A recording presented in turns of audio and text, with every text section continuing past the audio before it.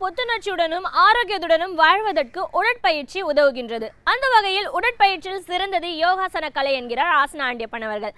நம் விடையிலேவா நிகழ்ச்சியின் முதல் பகுதியாக வரவிருப்பது நலமுடன் வாழ.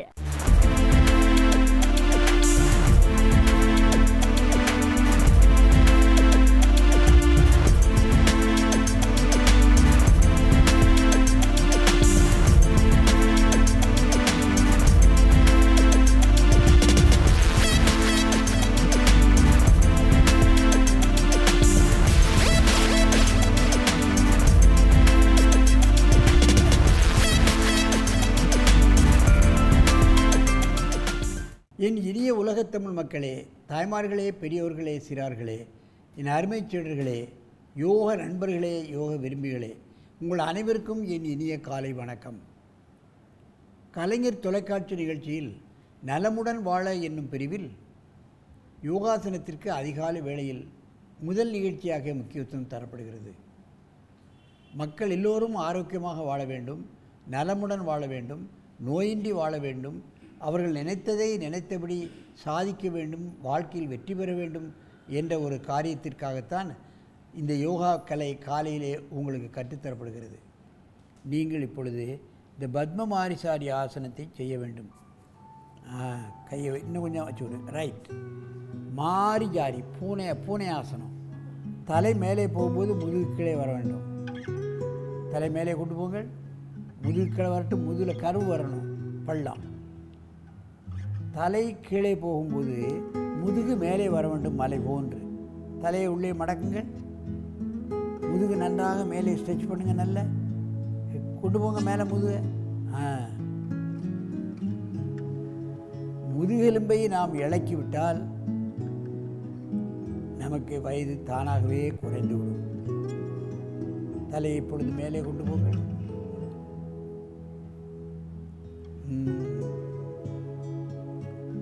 அப்படியே நிறுத்தி ஒரு 10 முறை வயதானவர்கள், முடியாதவர்கள், இயலாதவர்கள் அப்படியே கொண்டு போங்க. மெதுவாக நிறுத்தி மெதுவாக. கை மடங்கக்கூடாது, அங்கே இங்கே பாடியை நகர்த்தக்கூடாது. முடியாதவர்கள், இயலாதவர்கள், பெட்டில் இருப்பவர்கள், வயோதிகர்கள் இதை செய்தால் அவர்களுக்கு இந்த முடியாத தன்மை நீங்கிவிடும். படுக்கையில் இருப்பவர்கள் எழுந்து நடந்து விடுவார்கள். வயோதிகத்தன்மையில் உள்ளவர்களுக்கு அந்த வயோதிகத்தன்மை குறைந்து வாலிபமாக மாறக்கூடிய தன்மை இந்த ஆசனத்துக்கு உண்டு. ஆகவே எந்த பயிற்சியும் செய்ய முடியாதவர்கள், குண்டானவர்கள் இந்த ஆசனத்தை முதலே செய்தால் அவர்களுக்கு ஒரு சுறுசுறுப்பு வந்துவிடும். பெரும்பாலானவர்களுக்கு இப்பொழுது பார்ப்பீர்களானால் நீங்கள் செய்து கொண்டே இருங்கள். தலை மேலுங்கள். இன்றைக்கு ஸ்பாண்டிலைசில் கழுத்திலே வலி, அடிமுதுகிலே வலி, இன்றைக்கு அது ஒரு பெரிய பிரச்சனையாகவே இருந்து கொண்டிருக்கிறது. ஏனென்றால் கம்ப்யூட்டரில் இருப்பவர்கள், காலமெல்லாம் அலுவலகத்தில் மேஜையிலே இருந்து கொண்டிருப்பவர்களுக்கு இந்த கழுத்து வலி, முதுகு வலி சர்வசாதாரணமாக வந்து வருகிறது. அது என்ன செய்கிறார்கள்? கழுத்தெலும்பை எடுக்கிவிட்டு அங்கே பிளாஸ்டிக் எலும்பு வைக்க வேண்டும். முதுகின் அடிப்பாதையில் உள்ள எல்போரியில் உள்ள எலும்புகளை எடுத்துவிட்டு அங்கே பிளாஸ்டிக் எலும்புகளை வைக்க வேண்டும். இதற்கெல்லாம் லட்சக்கணக்கான பணம் வேறு செலவாகும். எல்லாம் தேவையில்லை. இது போன்ற ஆசனங்களை அந்த முதுகிலேயோ கழுத்திலேயோ இருக்க பிரச்சனை உள்ளவர்கள் எந்த வயதிலும் செய்வார்களானால் அது முற்றிலுமாக நீங்கி நிவாரணம் பெறுவார்கள் என்பதுதான் உண்மை. மாரி ஜாரி ஆசனம். அப்படியே உட்காருங்கள். நீண்ட மூச்சு வாங்கி கொள்ளுங்கள். இப்போ அப்படியே ஒருவருக்கொரு திரும்பி நேராக இருந்து கொண்டு பக்கவாட்டில் இந்த ஆசனத்தை செய்ய வேண்டும். அப்படியே திரும்புங்க.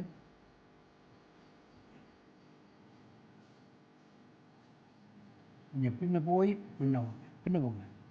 இன்னும் சரி, இப்போ வாங்க. இன்னும் வாங்க. ரைட். தலை மேலே போகும்போது முதுகுக்களை வரணும். தலை உள்ளே போகும்போது முதுகு நல்ல கருவாக மேலே வரணும். பண்ணுங்க. பூனை நாயெல்லாம் பார்த்திங்கன்னா இந்த மாதிரி பண்ணும்போது தானாக அந்த முதுகை வளைக்கும், பார்க்கலாம். அதே எக்ஸசைஸ் பண்ணும். நாய்களை பார்க்கலாம், பூனைகளை பார்க்கலாம்.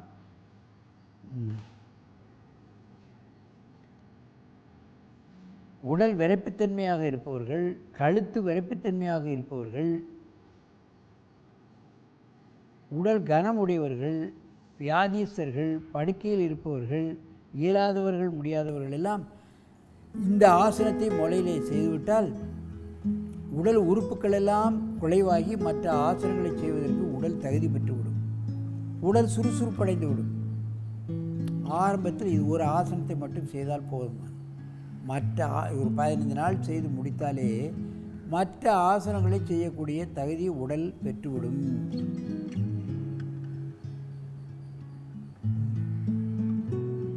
மெதுவாக உட்கார்ந்து முன்பு போல் பத்மாசனத்தில் அமருங்கள்.